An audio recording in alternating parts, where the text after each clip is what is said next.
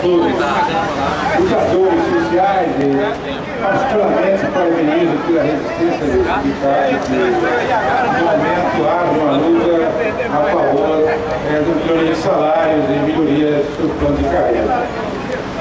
Nas condições aqui postas, não temos muita possibilidade de desenvolver grandes argumentações a respeito do quadro de crise do capitalismo a nível nacional e internacional.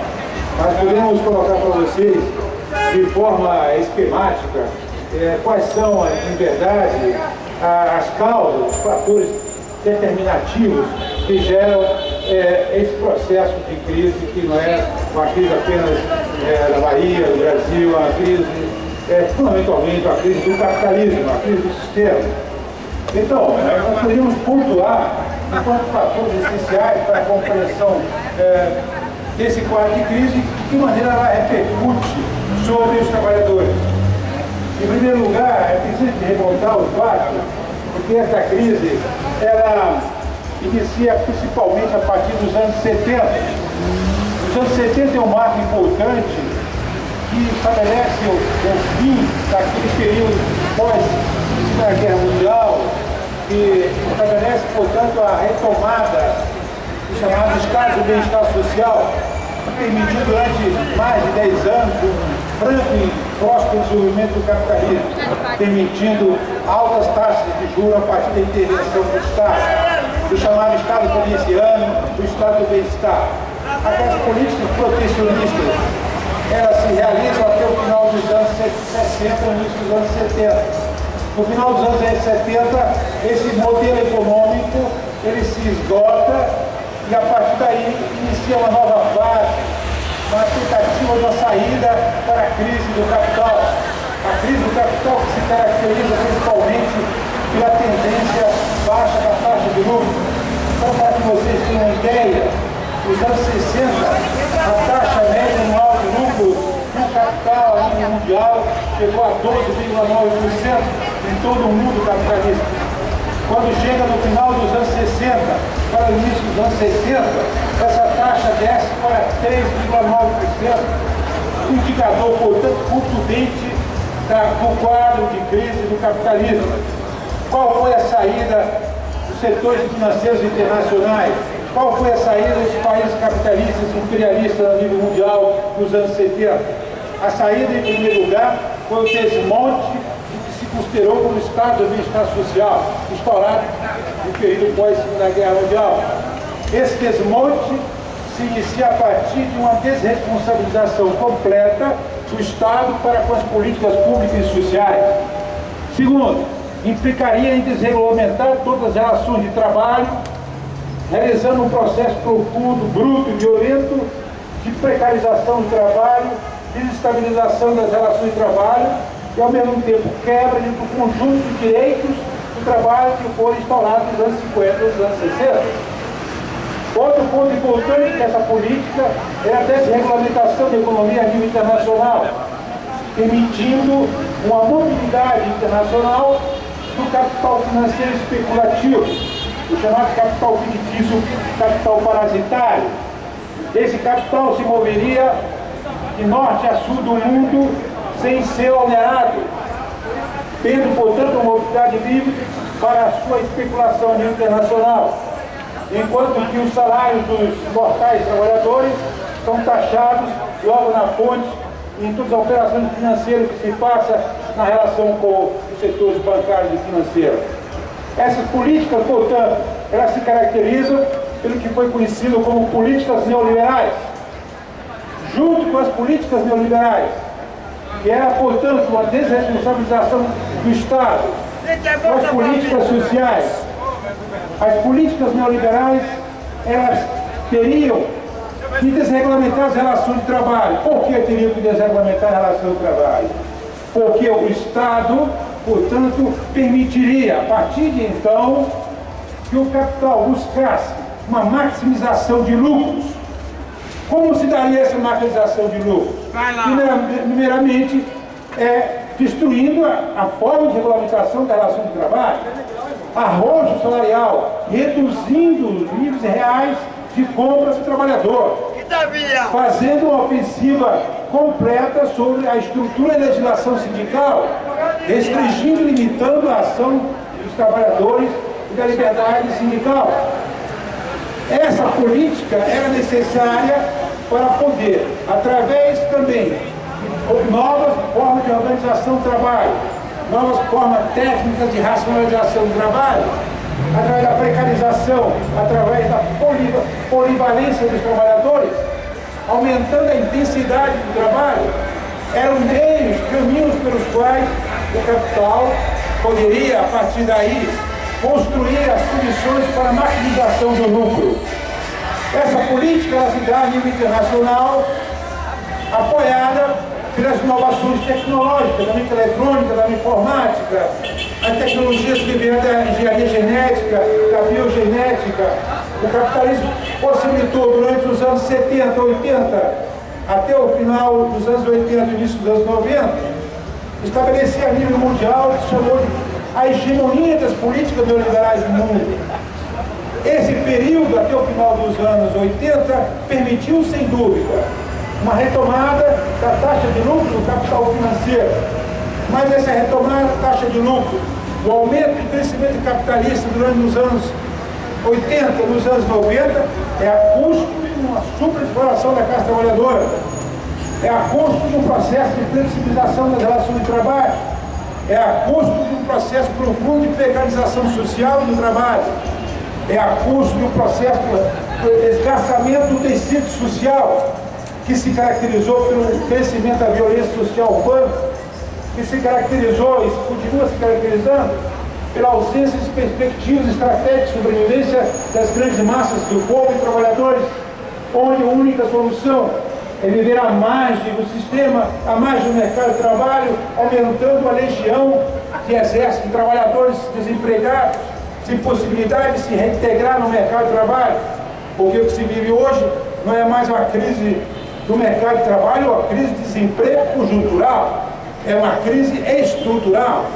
Isso significa dizer a impossibilidade das grandes legiões de trabalhadores em retornarem ao mercado de trabalho. E daí só poderão viver à margem do sistema, integrando-se ao crime organizado, ao tráfico, à bandidagem, à marginalização social. E o Estado, como não tem como solucionar essa situação social, só tem uma saída, é aparelhar-se com mais armas, com mais violência, para desenvolver uma política de extermínio social, principalmente sobre aquela juventude, aquela massa de pessoas negros, pobres, desempregados, sem possibilidade de ter uma condição de cidadania na sociedade. Nos anos que nós vivemos, nos anos 2000 para cá, esse período, até 2006 e 2007, permitiu o crescimento do lucro através das políticas neoliberais.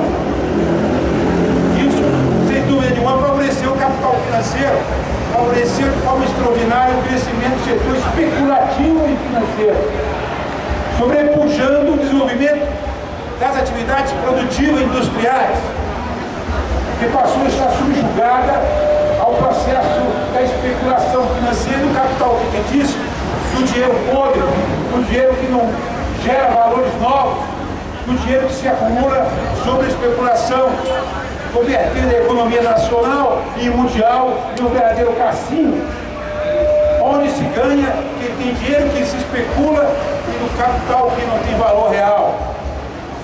Esse jogo de economia hegemonizado pelo capital financeiro conseguiu se desenvolver até o final dos anos 2000. A partir de 2006, 2007, essa orgia financeira do capital fictício começou a dar sinais evidentes de que esse modelo estava se esgotando. Em 2007, inicia um processo de crise mundial do capitalismo. E esta crise ganha desenvoltura, ganha gravidade, principalmente a partir do momento que ela estoura no centro do capitalismo, que ela explode no próprio ponto de gravitação do desenvolvimento do capitalismo internacional, que é os Estados Unidos, o coração, o ponto centrífugo do desenvolvimento internacional do capitalismo. Não se tratava mais, isso um pouco se trata, de crises periféricas, tá, que ocorreram no México, que ocorreram nos chamados tríplios asiáticos, da crise que ocorreu na Argentina ou na União Soviética. Trata-se de um processo de crise que é engendrado, é criado no interior dos principais bases do capitalismo, nos Estados Unidos. Essa crise, portanto, a partir dos Estados Unidos, vai se constituir e revelar para todos que o modelo das políticas neoliberais perdeu toda a sua potencialidade e sua consistência de continuidade de desenvolvimento. Qual foi qual é e continua sendo as saídas e as medidas desses governos? Não só dos países imperialistas, como os Estados Unidos, a Europa, assim como no governo brasileiro, desde Fernando Henrique Cardoso, passando por Lula e passando por Dilma. Qual vem sendo as principais medidas? São medidas que aparentemente parecem que solucionam, mas o remédio de hoje não cura a doença, que será o problema sempre de amanhã. Nós passamos a viver uma situação internacional de uma crise que todo mundo deve se lembrar de forma caricatural, do tipo o voo da galinha. Todo mundo sabe que uma galinha não tem voo longo, ela levanta voo, logo em seguida, a poucos metros, ela desce.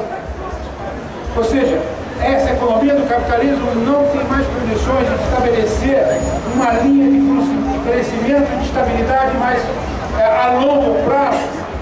Nós não vivemos mais uma crise apenas cíclica, uma crise temporal. Nós vivemos uma crise sistêmica.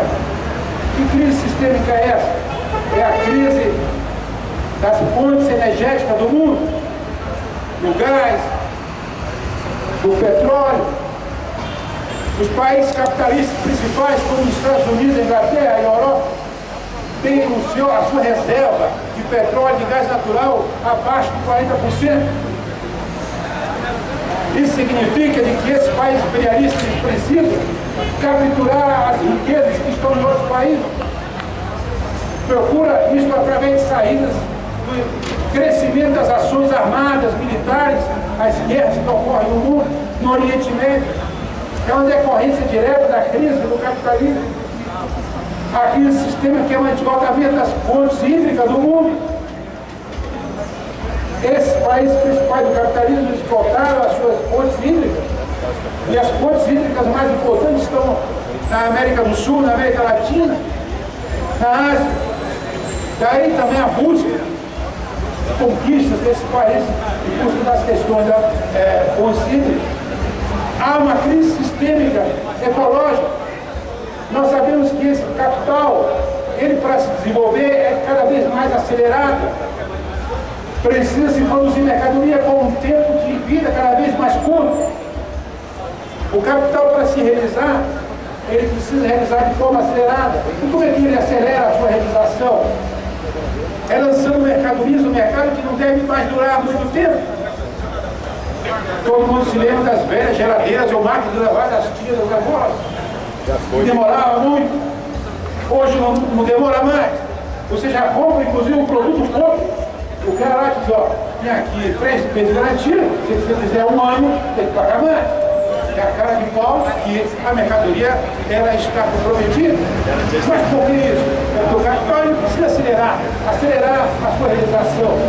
Isso significa mais apropriação dos recursos naturais. Isso significa mais um lixo natural dentro da sociedade capitalista. E essa aceleração implica em mais exploração, em mais expropriação da força de trabalho.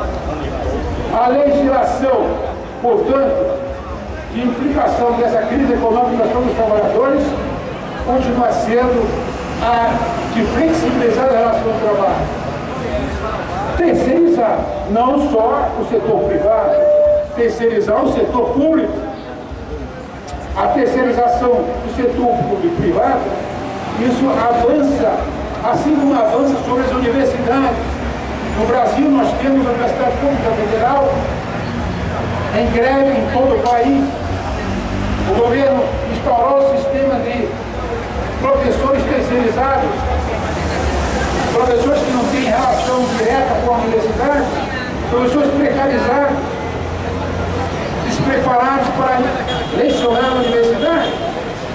Isso tudo como política de redução de custos do Estado. Porém, todos nós devemos considerar, quando o Estado diz que não tem dinheiro para remunerar os funcionários públicos, quando o Estado diz que não tem dinheiro para remunerar as políticas, investir em políticas sociais, isso se trata de uma completa falácia de manipulação da mídia. O Estado vem se comportando diante da crise do capital financeiro de que maneira? Transferindo massas de capitais dos fundos públicos para bancar a falência dos bancos do setor financeiro. E isso leva a uma consequência profunda em dois níveis. Primeiro é a redução das políticas públicas sociais. Segundo é o arroz salarial. Terceiro é a precarização das relações de trabalho, arroz salarial. E a quarta consequência mais grave e profunda é o crescimento da dívida pública. O crescimento da dívida pública vem da onde? De onde ela se deriva? Se deriva exatamente do momento que o capital financeiro não tem como manter os dinheiros chamados da dívida pública ou o dinheiro fictício, o dinheiro parasitário. O governo vai e compra esse dinheiro para o sistema não entrar em crise absoluta, transfere dinheiro do fundo público, que é o dinheiro do Estado, que é o dinheiro do povo, para bancar a crise do capital financeiro, para bancar a orgia do capital financeiro especulativo. Isso reduz a capacidade de políticas sociais do Estado, reduz a capacidade do Estado de realizar políticas públicas e manter o nível salarial do funcionário público e garantir seus direitos. Por último, nesse quadro, o Estado capitalista em todo o mundo segue inapelavelmente para uma perspectiva de redução e limitação da democracia, redução das liberdades democráticas, inclusive liberais, porque não tem como resolver. De um lado, aumenta a dívida pública, derivada da transferência de dinheiro do Estado para o capital financeiro. De outro lado, isso leva a um processo de redução das políticas sociais, agravando o quadro social.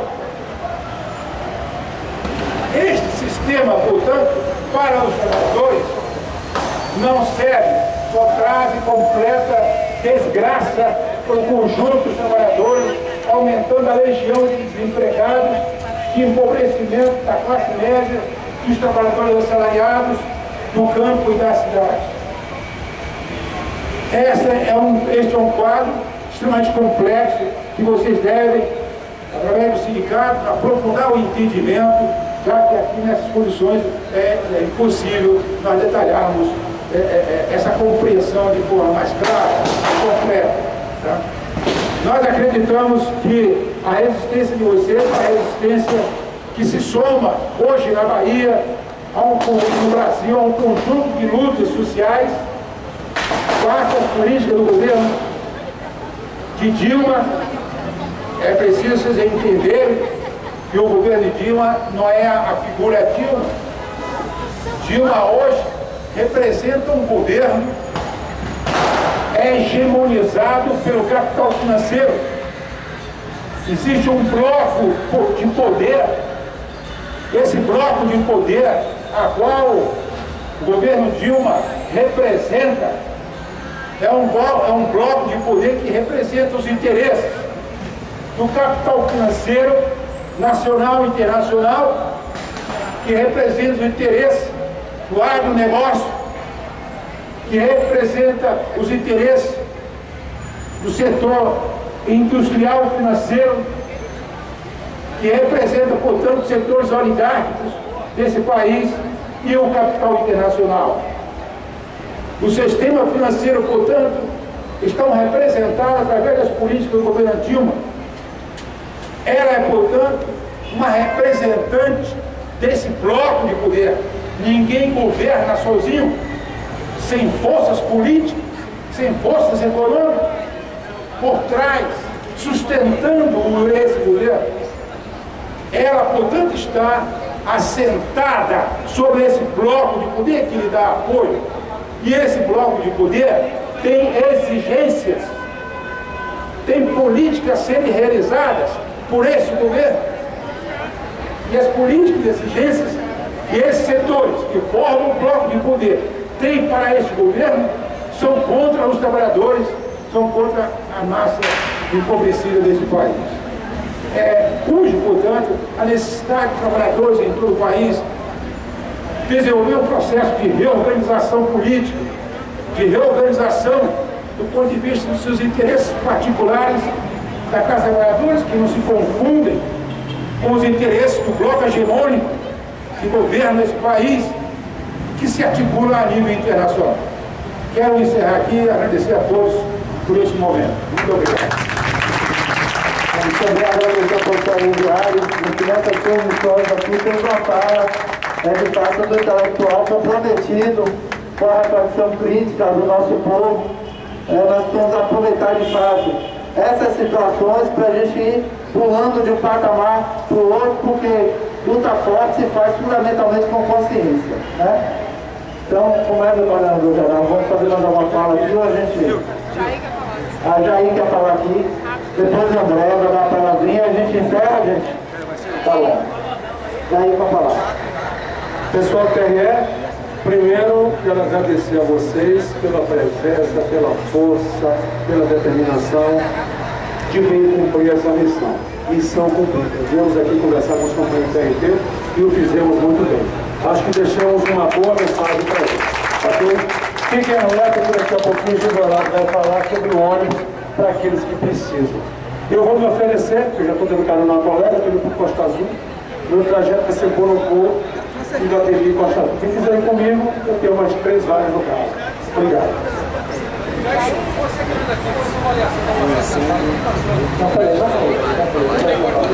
André, aqui vai fazer uma fala. Não, na verdade, o que eu já queria deixar pontuado é o seguinte: alguém tem algum indicativo para a gente anotar para entrar na pauta de amanhã na Assembleia Geral? Alguém tem alguma coisa para falar? Alguma sugestão, alguma ideia, alguma coisa que a gente precisa deliberar na Assembleia Geral? Alguém tem alguma ideia, gente? A mobilização do dia 30, né?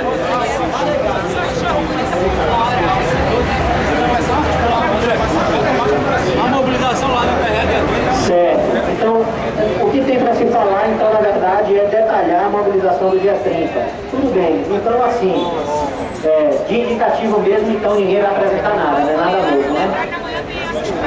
Exatamente, uma discussão articulando a possibilidade de fazer uma marcha Para Brasília, né? Começar uma discussão que deve ser ampliada a nível nacional para a gente discutir a possibilidade de uma marcha realmente para Brasília, para pressionar lá no Congresso, né, os parlamentares quando nós precisamos. Então, se organizar aqui dentro e discutir como levar essa discussão para levar a atividade judiciária. Assim, olha só, Jailson inclusive trouxe uma notícia aqui sobre a marcha de Brasília, que está tendo, o Lorival já está lá, inclusive, né?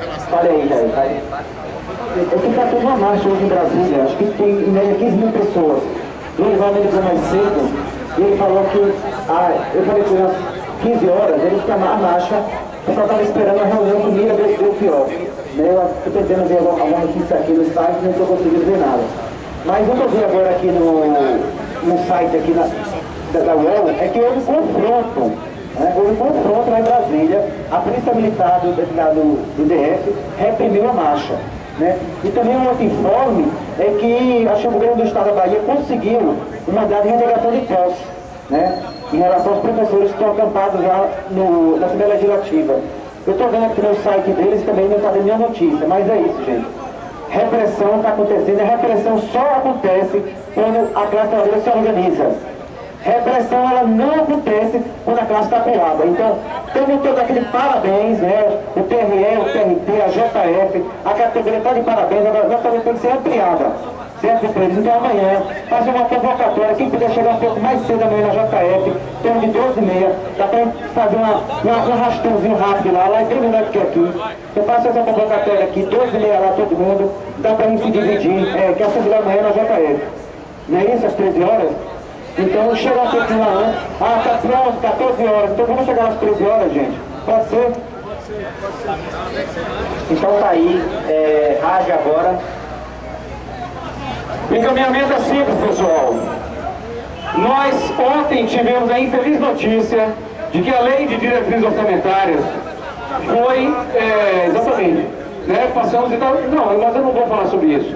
Eu quero apenas falar o desdobramento disso. O PT botou o pé em cima, está botando o pé em cima do nosso reajuste, está fazendo o que está fazendo com os professores, e qual é que eu acho que deve ser a nossa estratégia. Simplesmente, o STF tem um processo em sua mesa, que eu não vou recordar agora quem vai relator, ok? E que a gente tem que fazer pressão, e esse é o meu encaminhamento, um dos dois encaminhamentos. Temos que fazer pressão para que esse processo seja julgado, e outra coisa, temos que aproveitar o momento que o STF também está com o processo do mensalão na mão, e temos que aproveitar para pressionar o STF, não só para julgar o crime de responsabilidade da Dona Dilma, como também para julgar o mensalão. Porque o PT está muito interessado nas eleições, e temos que começar a queimar agora o PT aqui em Salvador.